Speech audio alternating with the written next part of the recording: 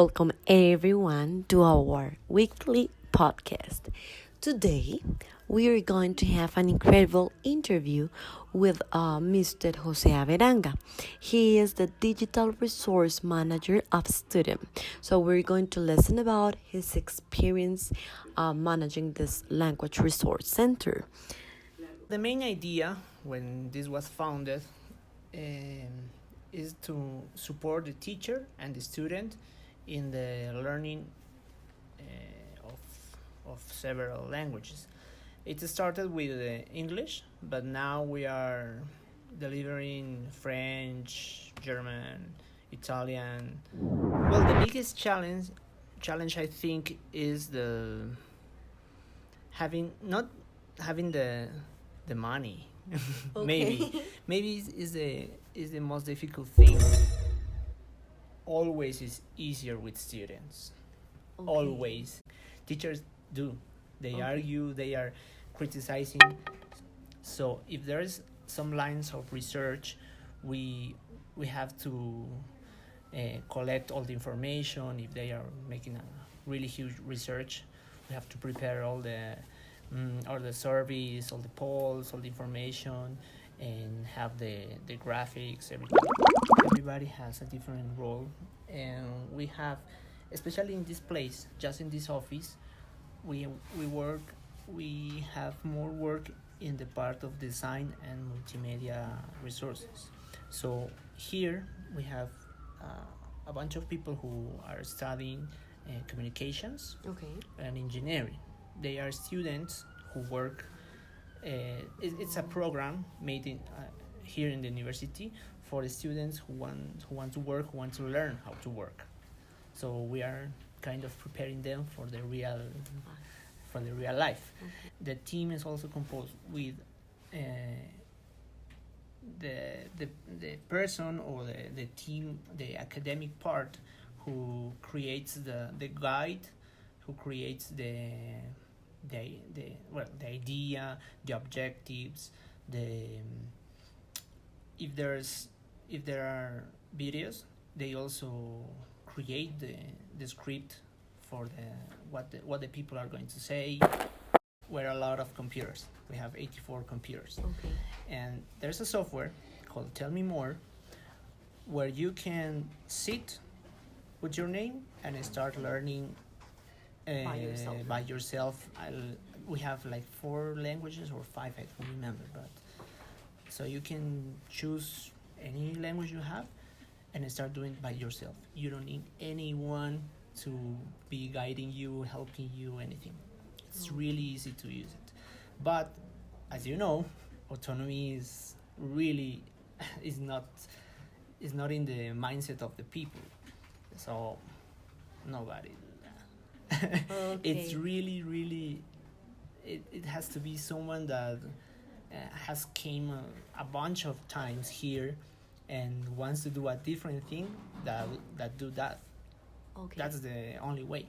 So what we have here, we have some services like exams, mock exams, simulations, different things that are guided.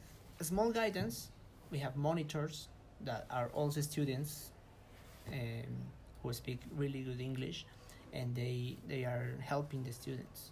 It's a small help, so it's not, let's say, but it's really hard to have students that come here that are 100% autonomous and do things.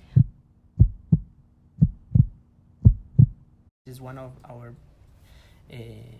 most loved programs here at the university, which is 70% virtual and 25% on campus, face-to-face. Has a lot of those things.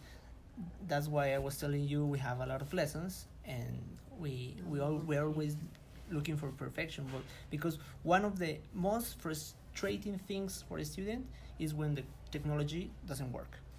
That's the moment when the student stops being autonomous and say, no, this is not working.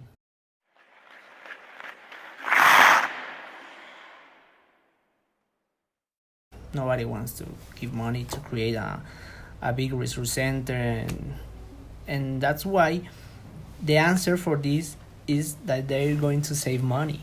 Okay. It's Why? weird, right? Right? Because they are going to save money because if the students can do all the homework at home with the resources you create, with the technology and all the things resource centers can provide you, the teachers are not going to be spending a lot of money helping the students. Second, for motivation, because when you have a resource center, you have different things. It's not the same teacher, it's not the book, it's not the same thing when teaching English, especially teaching English. As you know, uh, teaching English, you need different things like videos.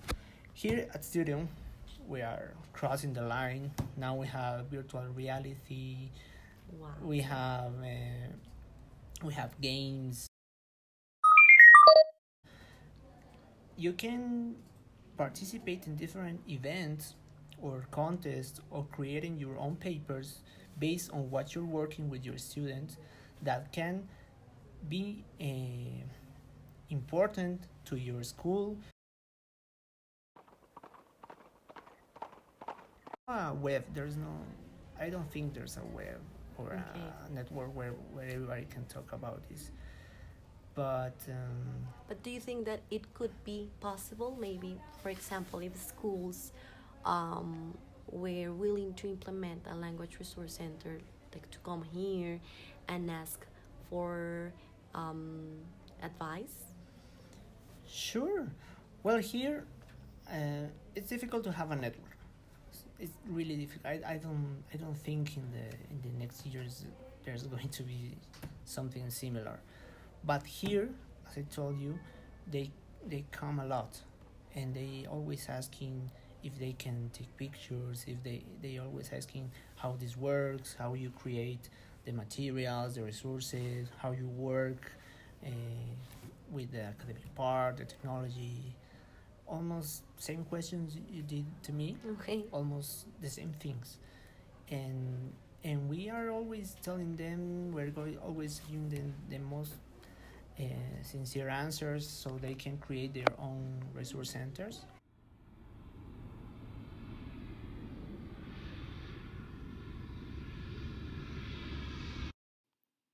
Thank you for your attention. I hope that you have learned as much as me. Um, we have learned about the challenges that we're going to face when creating our language resource center, as well as some of the uh, best benefits that we'll have once we have our language resource center. So I hope, teachers, that you are encouraged to create and to convince the institutions to implement a language resource center. Thank you.